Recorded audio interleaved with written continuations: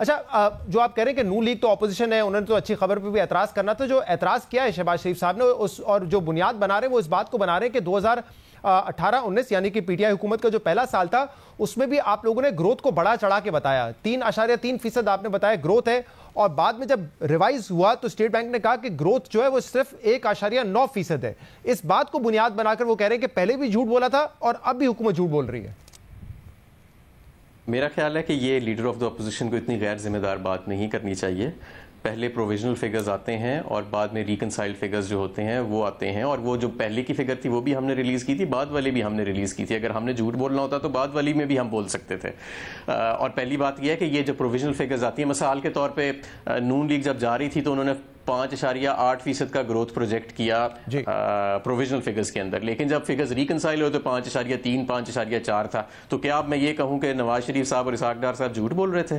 तो ये तो जाहिर है कि जो आखिरी जो क्वार्टर होता है उसका डेटा बाद में जाके रिकनसाइल होता है। इसका उनको इसहाक डार साहब को प्रॉपर ब्रीफिंग दे देनी चाहिए थी, लेकिन क्योंकि इसहाक डार साहब खुद बहुत ज़्यादा फिगर्स के मामले में एहतियात नहीं करते थे तो शायद उन्होंने ये पॉइंट्स। आप कह रहे हैं कि इसहाक डार साहब एहतियात नहीं करते थे, ये बात आपकी दुरुस्त है। जो प्रोविजनल नंबर होता है और जब एक्चुअल नंबर आता है तो उसमें फर्क आता है। जैसे आप कह रहे हैं कि नून लीग के आखिरी साल में भी था, लेकिन वो फर्क 0.3-0.4% का आता है। आपके दौर में जो फर्क आया वो 1.4% का है।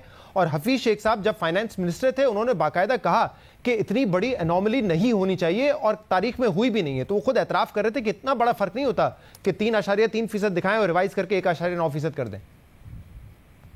हाँ, इकोनॉमी से हम एक स्टेबलाइजिंग इकोनॉमी में जा रहे थे। और मैं आपको ये बताऊं कि जब पीपीपी का पहला साल था तो जब ओवर हीटेड इकोनॉमी शौकत अजीज़ की उसे स्टेबलाइजिंग इकोनॉमी में लेके गए तो एक्चुअली नेगेटिव ग्रोथ आ गई थी। तो ये एक्सपेक्टेशन थी कि कुछ स्लो डाउन होएगा, लेकिन जो एक्चुअल फिगर्स आई वो हमने कौम के सामने रख दी क्योंकि हम कुछ छुपाना नहीं चाहते थे। और अब आपके ख्याल में जो प्रोजेक्शंस की गई हैं ये बिल्कुल आदादो शुमार को सामने रखते हुए की गई हैं? ऐसा तो नहीं है कि हुकूमत इस वक्त अपनी कारकर्दगी दिखाना चाहती है बेहतर, और बजट भी आना है, इत्तेहादियों को भी मुतमईन करना है, अपनी पार्टी वालों को भी मुतमईन करना है, इसलिए ये ग्रोथ दिखाइए, बाद में रिवाइज होती है तो हो जाए, डाउनवर्ड रिविजन होगी तो एक दिन की खबर चलेगी और कुछ ज्यादा नहीं होगा, तो इस वक्त हम ये दे देते हैं? ऐसा तो नहीं है मामला? देखिए, एक साल से ज्यादा, और मैं हमेशा जो हमारी इनफॉर्मल मीटिंग्स होती थी इकोनॉमिक टीम की उसमें मैं ये बात कह रखता था सामने कि जो मुझे फीडबैक आ रहा है, क्योंकि सुबह से लेकर शाम तक हम इंडस्ट्री से मिलते थे, कि इंडस्ट्री डबल शिफ्ट 3 शिफ्ट्स पे जा रही है। सीमेंट की पाकिस्तान की तारीख की सबसे ज़्यादा सेल हो रही है, ऑटोमोबाइल्स की 54% ज़्यादा सेल हो रही है, यूरिया फर्टिलाइज़र हमारा बहुत ज़्यादा है, ट्रैक्टर्स 55% ज़्यादा बिक रहे हैं, शुगर की ग्रोथ हो रही है, वीट में हो रही है। तो ये फिगर्स इवेंचुअली हमारी जो ग्रोथ है वो 2% या 3% से कोरिलेट नहीं कर रहा, ये हम कम से कम 4% है कि ये मैं बात किया करता था। और अभी जैसे कि आपने कहा इस पे अभी भी 2 राय हैं कि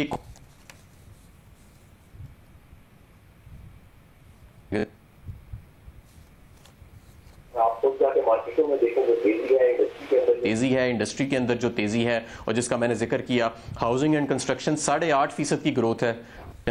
तो ये सारी ग्रोथ जो है ये फाइनली फीड इन करती है आपके जीडीपी नंबर के अंदर, और उसके अंदर हमें ग्रोथ नजर आ रही है अल्हम्दुलिल्लाह। अच्छा अहमद साहब, इसमें जो एग्रीकल्चर सेक्टर की ग्रोथ है उसमें कॉटन के हवाले से कहा जा रहा था 7 मिलियन बेल्स उसकी प्रोडक्शन है, कम है, तकरीबन उसमें 25% की कमी नजर आई है, लेकिन दूसरे क्रॉप्स ने उसको कुछ हद तक ऑफसेट किया। जो सरप्राइजिंग पार्ट है वो है सर्विसेज सेक्टर का। वहां पर अब ग्रोथ जो एक्सपेक्ट आप लोग कर रहे हैं वो 4.4% है। आप लोगों ने टारगेट भी इससे बहुत कम सेट किया था। इसकी क्या वजह है? क्योंकि होलसेल रिटेल बिजनेस अभी भी सफर कर रहा है, ट्रांसपोर्ट बहुत हद तक सफर कर रहा है, होटल और टूरिज्म इंडस्ट्री सफर कर रही है, तो सर्विसेज सेक्टर में 4.4% की ग्रोथ कैसे एक्सपेक्टेड है?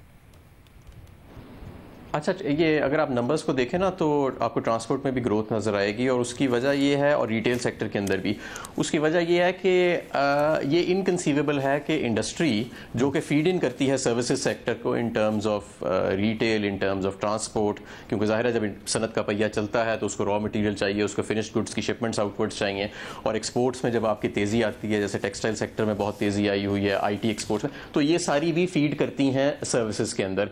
तो ये कोई ऐसी अनहोनी बात नहीं है कि ये हो ही नहीं सकता, बल्कि कि एलएसएम आपकी इतनी ग्रो कर रही है और सर्विसेज सेक्टर आपका डोरमेंट रहे। ये सारा आपस में लिंक्ड है। एग्रीकल्चर की जो डिमांड है वो इंडस्ट्री में फीड इन होती है और इंडस्ट्री की डिमांड जो है वो स्टिमुलेट करती है सर्विसेज को। So it we see an across the board growth, जिसमें मैं समझता हूं कि एलएसएम जो है that is taking the lead. सही। आप एक्सपेक्ट कर रहे हैं कि 3.94% इस साल ग्रोथ होगी। आप कह रहे हैं कुछ एनालिस्ट इसके समझ रहे हैं कि शायद ये ग्रोथ इससे ज्यादा भी हो सकती है।